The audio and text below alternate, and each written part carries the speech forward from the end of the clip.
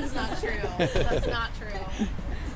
So we had, so we talk a lot about the end of the day, but the beginning of the day is so important for us. And like I said, 95% were on time to school. We had about 5% that were late. Some traffic issues this morning that caused those to be late, but we think those will be rectified in short order. I know our busing and our transportation team are going to continue to work on efficiencies so that we get this even better. And I do want to say this when we say about the time. In my first 6 years, or 5 years doing this job, no, 6, excuse me, we only had 2 start times, and we actually started 35 minutes earlier. And we usually finished in the 6:45 to 7 o'clock range. And so now with this new plan we have, yes, we finished really most of our buses at 6:30, but you know, the couple that we had out 7 with a 35-minute later start to our finish time to the school day. So we're really pleased with that. We've got some work to continue to do. There is no doubt about it. We've got some work to increase efficiencies. We've got some buses that we have that are overcrowded, not as much as in the past, but we do have to work on some of those bus issues. And then finally, we've got some traffic patterns at our schools that we're going to have to improve on. Some are just always going to be difficult traffic patterns based upon the fact that the streets they're on, the amount of people that are coming. But we did not have crossing guards at all of those. Once again, that's not with JCPS. We are going to activate the JCPS Police Department to help us with some traffic patterns moving forward so that we can improve that. There's always going to be backups in traffic at schools with 1,800 to 2,000 kids in that. And so there's not a whole lot we can do to completely alleviate that, but we can improve on that. So that is going to be an area we're working to improve as we move forward over the next week. Just to kind of let you know, today was the hardest day because, so many kids didn't know their stops. So we had, just like every year, kids that our bus driver passed a stop and they realized, and we had to find a way to get that kid back. Kindergarten parent wasn't at the bus stop, those type of things, but we worked through all of those things with an incredible team. I did very little. The team did most everything, and so and really pitched in. We probably had 100 employees in here today working 485 Ride, working our command center, working, anytime we have a family who's looking for a child, we have about a dozen people working that, and all of our schools division. So just a real good team effort from everybody to make this work. Tomorrow we believe will be a little bit better. It's the second day. There'll still be hiccups, but it'll be a little bit better. We'll come back after the weekend after we kind of work on some efficiencies, and then hopefully by mid next week we will be in a routine that we will see then for the rest of the year. But I think we've laid the groundwork for a great year, especially when it comes to transportation. I will say this on the schools I've been inside of today. I was in 4, talked to some of my other staff members who are in multitude of schools too. Just seeing great energy in schools from staff and students, and so we think it's going to be a fantastic year. Happy to take any questions, and I know Dr. Falk is available for questions if you'd like to ask him anything specific about transportation. How many drivers and how many routes does the district have as of today? So 510 routes, I believe 561 drivers. We're still certifying some, and we're still working on our TARC drivers, so that will go up. I mean, we could always lose drivers, so I don't want to say that. But right now, as of this morning, we had 561 bus drivers and 510 routes, which is the first time we've had more bus drivers than routes since the pandemic. Can you talk about when the freeze period ends, what day that is, and how the district's maybe preparing to add back some routes for some parents? Rob, can you answer that, please? Did you hear the question?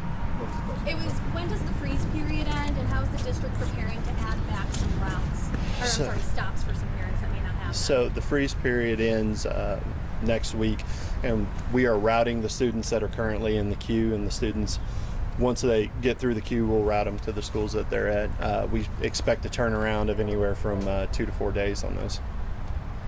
Dr. Pollio, can you talk about yesterday regarding the lawsuit and the stay period? Sure. Once again, not my expertise, the legal end of it, but I was pleased with it. There was an agreement for a stay period, which is just 60 days. And so there wasn't a settlement or anything like that. Essentially what it did was just put it on pause for 60 days. Nothing will be filed during those 60 days, that 60-day time period. I think that's a good sign. I believe that really is for us. And as long as we get the TARC drivers S endorsed like we should, then we should be able to provide some of that transportation before that 60-day period is up. Any details of that proposal that you're working on that you can share today? What schools- It was the same thing we talked about at the last board meeting. At this time, nothing has changed. It seems like the bus routes were smoother, everything went smooth. Did you find issues perhaps in the car pickup or drop-off lanes? Yeah, that's what I mean by the traffic patterns. The traffic patterns is what we have obviously in those magnet schools and a multitude of new car drivers as a result of it. So we did a lot of that pre-work, and some of our schools I think did amazing at that. And we had some struggles at some others. Now, like Mayo High School, for instance. That's been a traffic problem for as long as that school has been there, just because you have the highway, getting off of the highway, you have Preston Highway right there where the school is.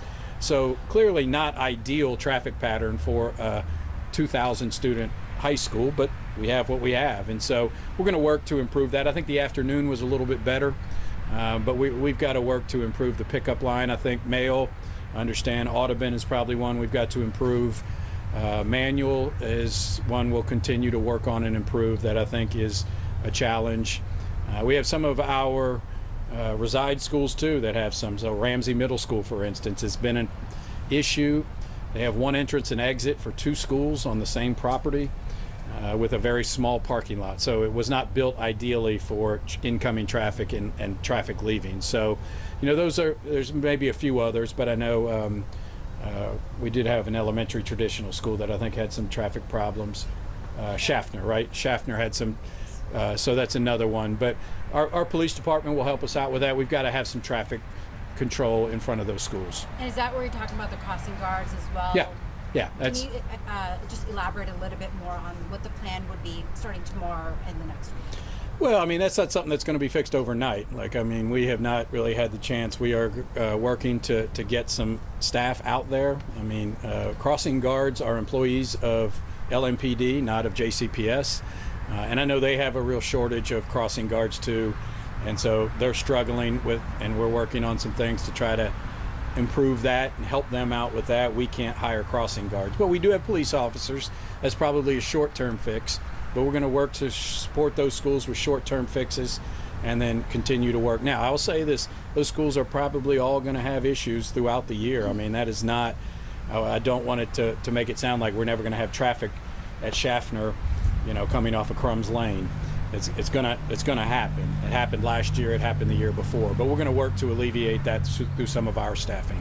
You mentioned Audubon. There were some parents over there who were frustrated because they were on pass waiting on that lane for about an hour. They told us, I don't know if that's accurate or not, but just when we got there were cars that were really backed up. What can you do at that particular school maybe to get those cars off? Yeah, that's another one that's difficult and challenging. You're coming off of that. I'm not sure what the road is right there. Hess Lane. It's a small road with houses on it, and you're talking about a school that was built many years ago, and a lot of things have changed since then. And so, getting cars in and out is never going to be easy right there. Coming off of, I guess that's Preston Highway right there, and so it's never going to be easy. But we can do some staffing things to help and keep the traffic flowing at those places, which we're going to try to do. So I don't want to make it sound like tomorrow it's fixed. We're going to work to improve it.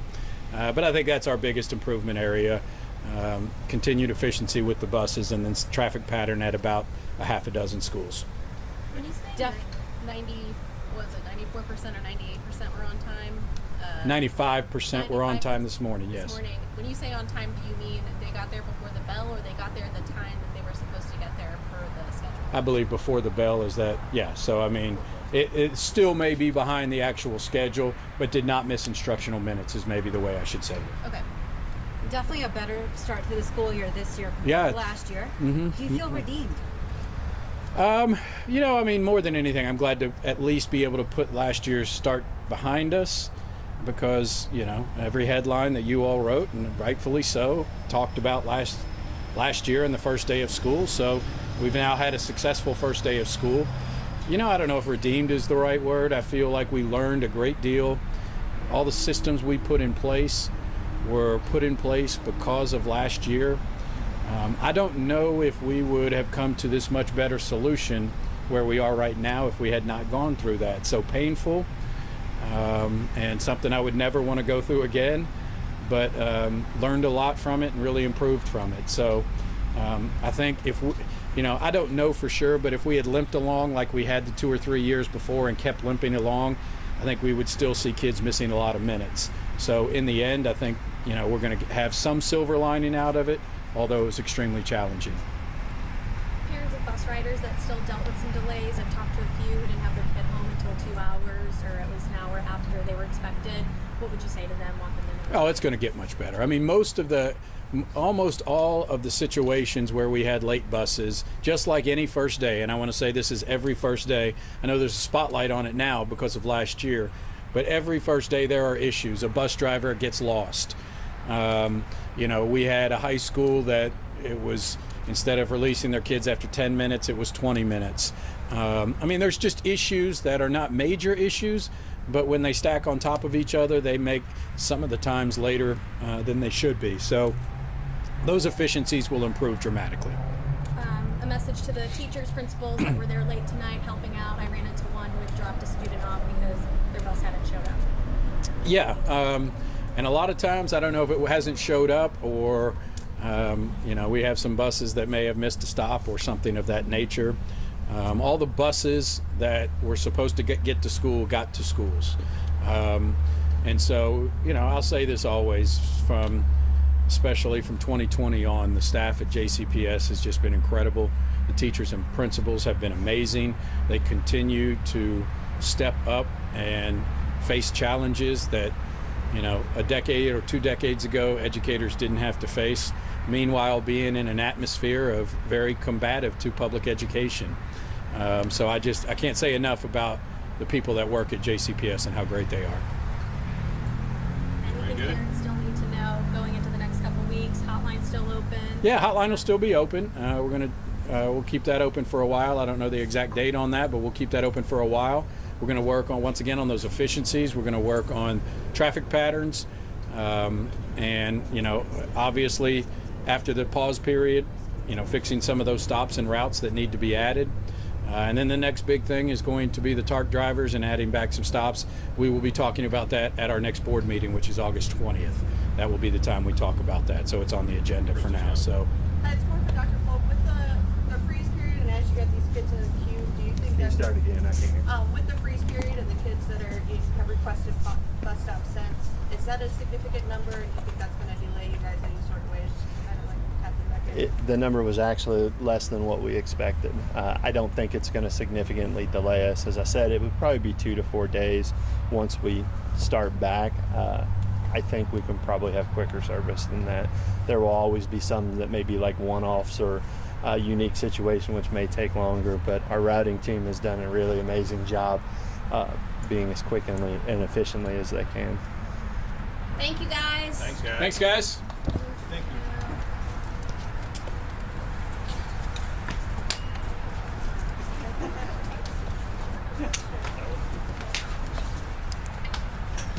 Which one's yours?